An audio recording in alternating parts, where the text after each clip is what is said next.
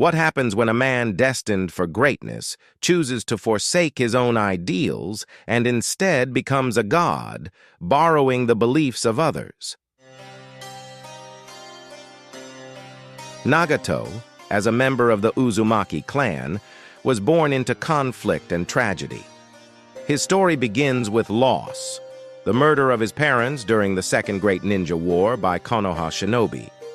This loss is his first encounter with the cycle of hatred that dominates the world of shinobi.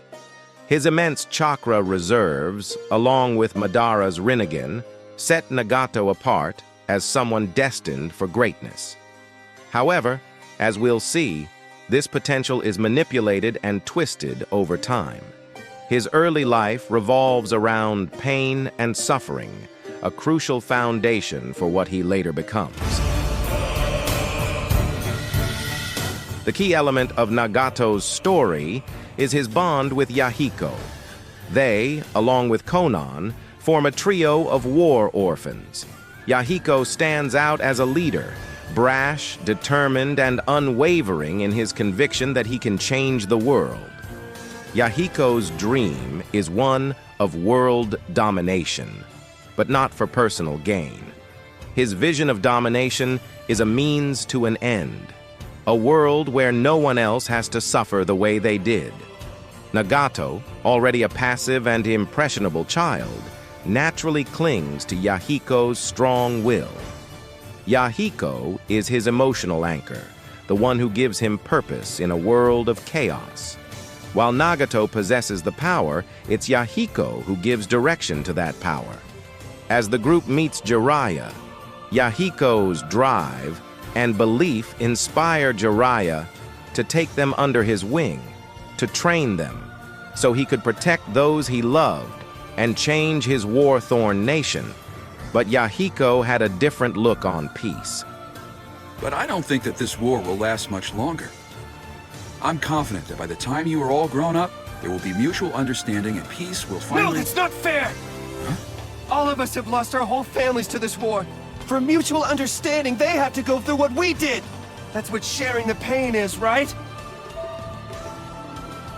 Perhaps a twisted look, but Yahiko's belief was based on mutual understanding through pain, not revenge. One finds the true world only after knowing another's pain and shedding tears alongside them. But Nagato had a different view, one that resonated with Jiraiya more. They were ambushed by shinobis from the stone, and Nagato killed them with his Rinnegan awakening once again. He remorsed about killing the stone shinobi, even though it was his enemy. Before I realized it, the guy was dead. After that, just became so frightened. That hatred made me go blind with rage. And I killed somebody because of it. It was wrong. I know it was wrong. Nagato. I don't know. I can't help but think that there must have been another way, he said to Jiraiya after. He believed that what's more important than the methods of achieving peace is having faith and believing in them. Real peace. I still haven't figured out how to attain that yet. But I vow that I'm going to break that curse one day. If there's truly such a thing as peace in this world, then somehow I'll find it. But more important than how to achieve it is the power to believe that it will happen. And luckily, Jiraiya was there to guide him and offer his support. Seeing the right person has been given the eyes of Sage of 6 paths. It was just as Gamamaru foretold one day, a disciple his will bring about a great change of the world of shinobi, either great stability or great destruction, and depending on Jiraiya's critical selection, one or the other would come to pass. He trained them for 3 years, and leaving them in good faith, they will be able to take care of themselves and others when the time comes. The 3 of them went on to fight for their land and pick up other shinobis that believed in their goal, with Yahiko at the helm. Yahiko wanted power not for himself, but to protect those he loves and create a better world. Damn it! Why is it always like this? If all of this useless fighting doesn't stop, then I'll become the god of this world and make it stop! That's when Yahiko's dream became my dream. This is the genesis of Akatsuki, a group dedicated to achieving peace in a war-torn land. When Yahiko dies in a trap set by Hanzo and Danzo, Nagato experiences his second great pain. This is the defining moment where his character truly fractures. Yahiko's death doesn't just leave Nagato emotionally broken, it marks the death of Nagato's own hope for peace. This event triggers the birth of Pain, Nagato's alter ego. At the moment of Yahiko's death, Nagato's heart breaks not just from loss, but from the realization that his faith in the future dies with him. Here, we see Nagato abandon the ideals he once held and shared with Jiraiya. The hope for a peaceful resolution, where people come to understand each other through mutual empathy, dies with Yahiko. In its place, Nagato adopts Yahiko's belief of achieving peace through shared pain. But he twists those beliefs, as he doesn't believe those who experience pain will be able to give up on their revenge. I know the past and can foretell our future. It is the same as our history. So we believe that human beings simply cannot understand each other, and they never will. His cynical beliefs of the shinobi world being based on hatred make him believe that shinobis will never be able to understand each other, and he decides to force peace through world domination, with himself serving as divine. Pain, as a persona, is a manifestation of Nagato's descent into despair and loss of self. It is important to emphasize that Pain is not just an extension of Nagato's power, it's a rejection of his former self. By taking on Yahiko's visage and ideals, Nagato hides behind the facade of someone else, relinquishing his own identity. Pain is the embodiment of Nagato's lack of conviction in his original beliefs. Nagato's story is itself a cycle of hatred. He begins with the dream of breaking it, but ultimately becomes consumed by it. This is what makes Nagato a loser. He abandons his own ideals for someone else's. When Nagato was younger, he expressed a desire to find another way to peace, one that didn't involve mass suffering. Yet, after Yahiko's death, he gives in to the ideology of shared pain as the only solution, an ideology deeply influenced by Madara. Madara's manipulation of Nagato is subtle but powerful. As Obito begins grooming Nagato, the seeds planted by Madara take root. Madara believed the world could never achieve true peace. It was the cycle of hatred that could only be broken by creating a new, idealistic world. A world created by himself. Nagato, now jaded and broken by Yahiko's death, finds solace in this cynical worldview, and he would be the one to create such a world by divine powers bestowed upon him. As soon as you attain the true power of the Rinnegan, your very own world can be actualized immediately.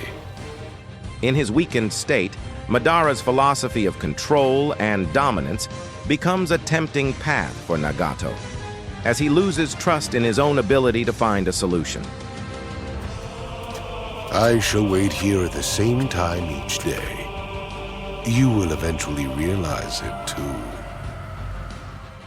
This is where Nagato's weakness shows.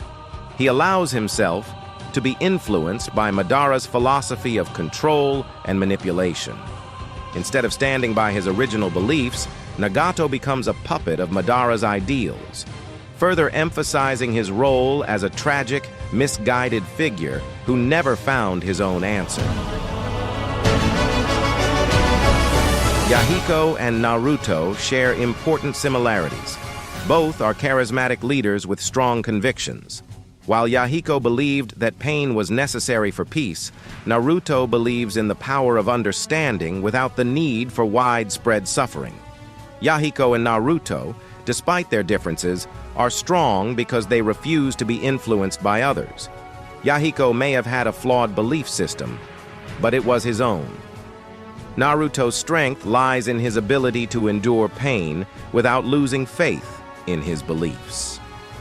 He doesn't perpetuate the cycle of hatred, even when faced with overwhelming loss and suffering. In many ways, Naruto is a mix of Yahiko's strength and Nagato's early ideals. Like Nagato, he believed in changing the world and finding a way to true peace. And like Yahiko, he possessed the strength and conviction to keep believing in this no matter what. Nagato lost hope and abandoned his ideals, something that Naruto never did, even when faced with immense personal loss. While Yahiko's belief was one of action and Naruto's is one of endurance, Nagato fails to develop either fully. His god complex, born from possessing the Rinnegan and feeling the weight of Madara's expectations, compels him to act, but without the conviction necessary to truly embody his own ideals. Nagato's god complex stems from his possession of the Rinnegan, the eyes of the Sage of Six Paths, which Jiraiya once told him about. He preached about Ninshu and connecting one another, yet Nagato chose destruction. But it is not his choice. Pain, as a godlike figure, is an extension of Madara's ideals and Yahiko's methods, not Nagato's own beliefs. He hides behind the power of his eyes, using them to enforce a twisted version of peace that is not truly his own. I think you're just trying to use us. This offer of yours sounds way too convenient. One finds the true world only after knowing another's pain and shedding tears alongside them. Shedding tears alongside them? You mean in revenge? No, I don't mean that at all. In mutual understanding. Stop talking so idealistically. No such thing exists in this world. By taking over Yahiko's body, Nagato becomes the god he believes he should be. But it's a facade. This god complex is a crutch, a means for Nagato to mask the fact that he has no real solution, only borrowed beliefs. When Naruto confronts Nagato, the difference between them becomes clear. Despite enduring immense personal pain and loss, Naruto never gives up on his beliefs. Even when he doesn't have all the answers, he doesn't lose hope. This is why Nagato ultimately puts his trust in Naruto. Naruto represents the hope that Nagato once had but lost. In Naruto, Nagato sees the strength to endure without giving in to despair. This realization leads to Nagato's redemption. He sees in Naruto the strength that Yahiko once had, but with the compassion and idealism that he himself had lost. By giving his life to resurrect those he killed in Konoha, Nagato acknowledges that Naruto is the one who can break the cycle of hatred, something he was too weak to do. In the end, Nagato's god complex is built on nothing but illusions. Illusions of power, divinity, and control. Naruto, however, despite his uncertainty, remains grounded in his own beliefs, which makes him the true successor to Yahiko's ideals and the breaker of the cycle of hatred. Even I'm able to see that there's entirely too much hate in this shinobi world of ours. There's too much hate? I've always wanted to do something about all of this hatred. I'm just not quite sure how to go about it as of yet. But I truly believe that eventually the day will come when all people will understand one another and live in harmony. Boy, it sounds kinda complicated to me.